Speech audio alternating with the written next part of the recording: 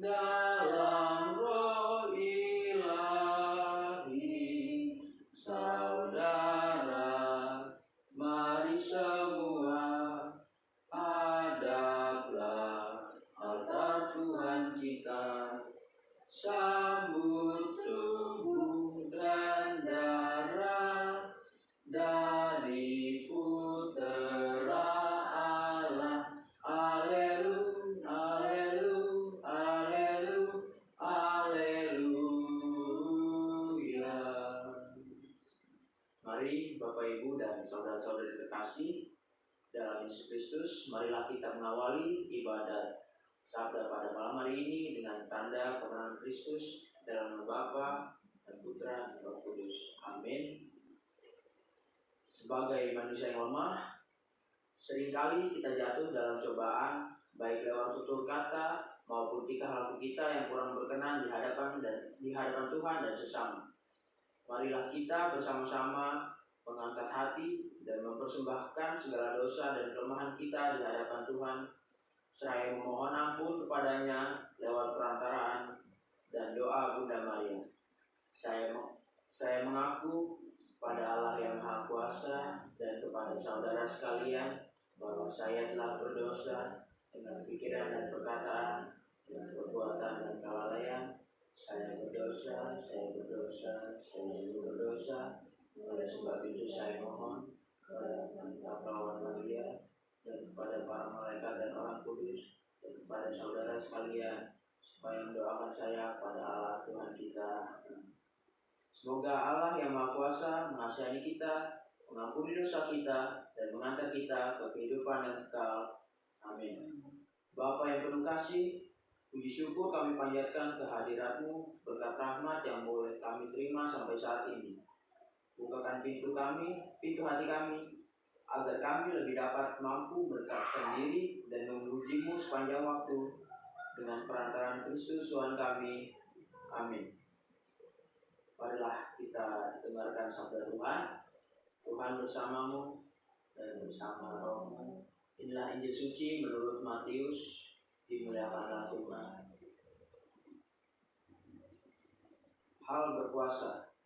Kemudian datanglah murid-murid Yohanes kepada Yesus dan berkata, "Mengapa kami dan orang Farisi berpuasa, tapi murid-murid-Mu tidak?" Jawab Yesus kepada mereka, "Dapatkah sahabat-sahabat mempelai laki-laki berduka cita selama mempelai itu bersama mereka? Tetapi waktunya akan datang, mempelai itu diambil dari mereka, dan pada waktu itulah mereka akan berpuasa." Demikianlah sabda Tuhan. Terpujilah Kristus. Mari kita dengarkan sabda Tuhan. Orang bijak sering menganjurkan agar orang menghargai isi daripada bungkusnya. Seringkali manusia lebih memandang dan menghargai bungkusan daripada isi dari bungkusan itu sendiri. Saya pernah membaca kalimat bijak yang menarik ini. Rumah yang indah adalah bungkusnya. Keluarga yang bahagia adalah isinya. Kecantikan dan ketampanan adalah bungkusnya. Kepribadian dan hati yang baik adalah isinya. Namun, banyak orang lebih suka mengejar hal yang merupakan bungkusan, bukan isi. Menghargai yang lahiriah daripada yang bernilai luhur dan mendalam. Para murid Yohanes datang kepada Yesus dengan pertanyaan tentang kewajiban menjalankan puasa dalam tradisi Yahudi. Mereka heran dan bertanya, mengapa Yesus tidak mengajarkan para muridnya untuk berpuasa? Pertanyaan ini berasal dari kekurangpahaman mereka tentang makna puasa yang sesungguhnya. Yesus menjawab rasa ingin tahu mereka itu dengan pertanyaan yang berupa perumpamaan. Dapatkah sahabat mempelai laki-laki berduka cita selama mempelai itu bersama mereka? Yesus hendak mengajak orang-orang itu melihat tentang makna sesungguhnya dari puasa yang tidak hanya sebatas melakukan aturan, tetapi untuk semakin dekat dengan Tuhan dan sesama. Kedekatan ini mendatangkan sukacita. Puasa bukan hanya soal makan dan minum. Memang praktik lahiriah puasa itu sangat penting, tapi orang seringkali mengabaikan inti dari puasa itu sendiri, yaitu untuk bertobat dan menjadi akrab dengan Tuhan dan orang lain. Ketika Allah ada di hati dan dekat dengan kita, kita tidak akan berpuasa tetapi bersukacita.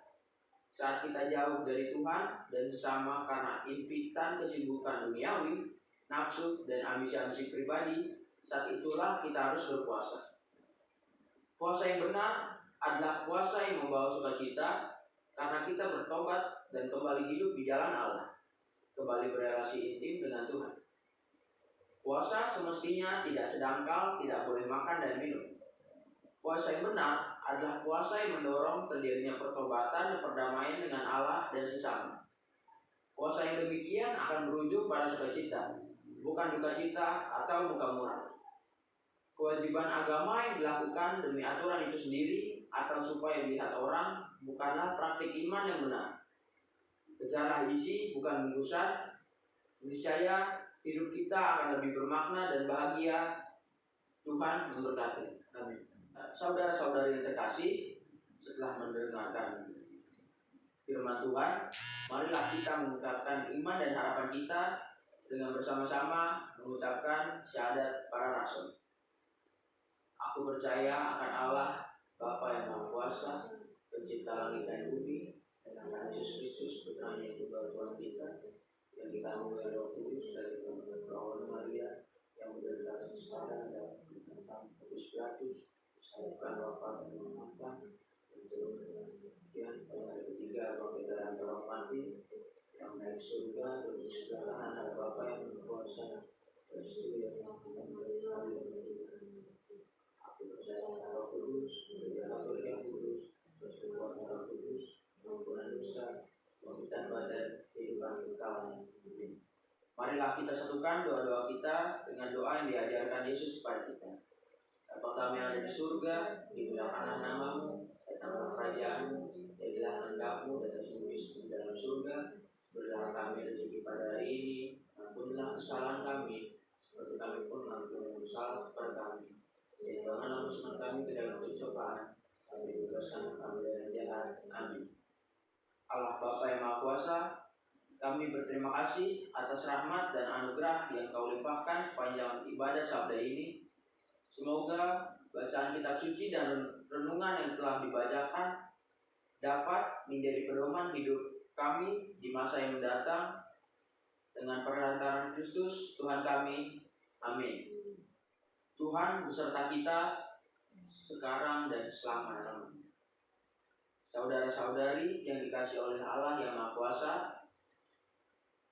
semoga kita senantiasa dilindungi, dibimbing, dan diberkati oleh Allah yang Maha Kuasa dalam nama Bapa dan Putra dan Roh Kudus. Amin. Dengan ini ibadat sabda kita telah selesai. Syukur pada Allah.